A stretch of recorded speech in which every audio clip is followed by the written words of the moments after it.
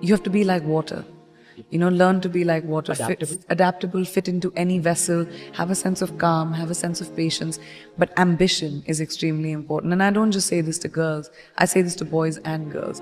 Just everyone who wants to be able to have a purpose in life, have an ambition, have the guts to find your glory. It's extremely important to have guts, to have conviction, to be able to say that, this is what I want and I want to achieve it. I learned it from the very, very strong people in my family that I looked up to, that showed me that it doesn't matter what your circumstances are, it matters how large your dreams are. And I have really large dreams.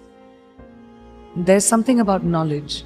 There's something about if you learn, even if you don't know something, if you have an ambition to be somewhere, if you prepare yourself, you have the ability to be better than everyone else.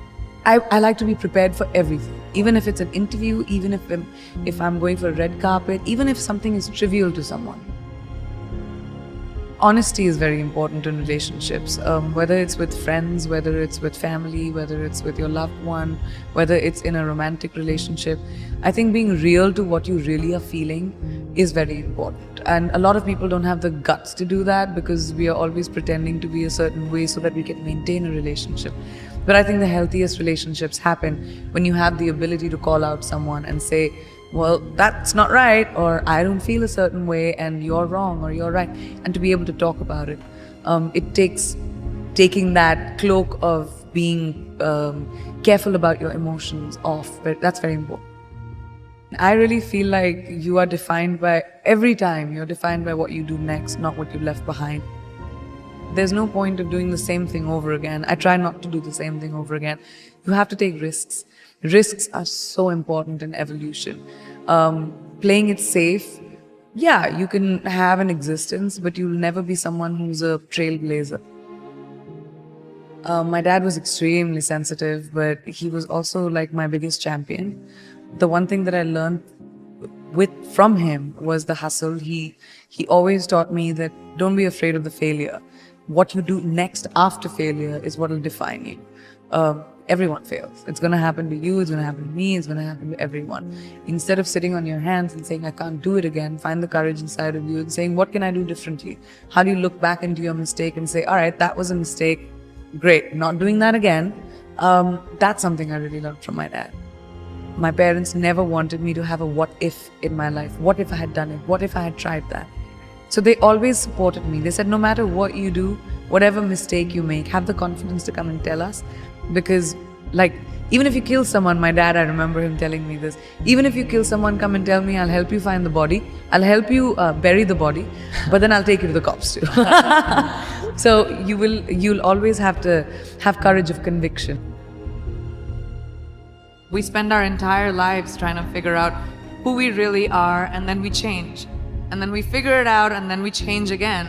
And I think that's the most constant, right? I'm constantly changing, constantly evolving, and I'm hoping that everyone's still curious about me as I keep doing that. I've had so many times whenever I'm doing interviews, people always ask me that, oh, you're doing a movie with, a female co-actor. Did you guys get along? Were there catfights?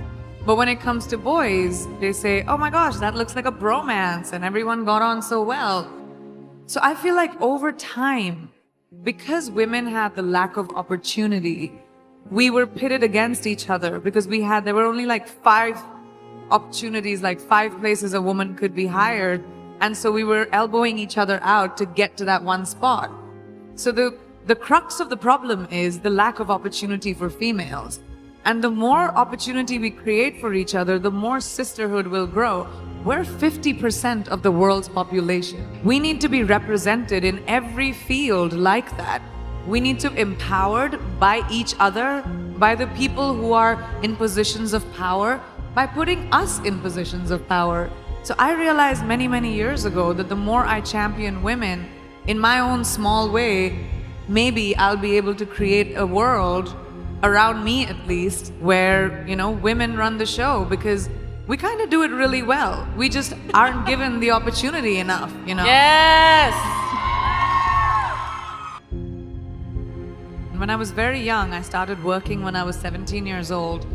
And I remember my mother telling me this really young, that women should be financially independent.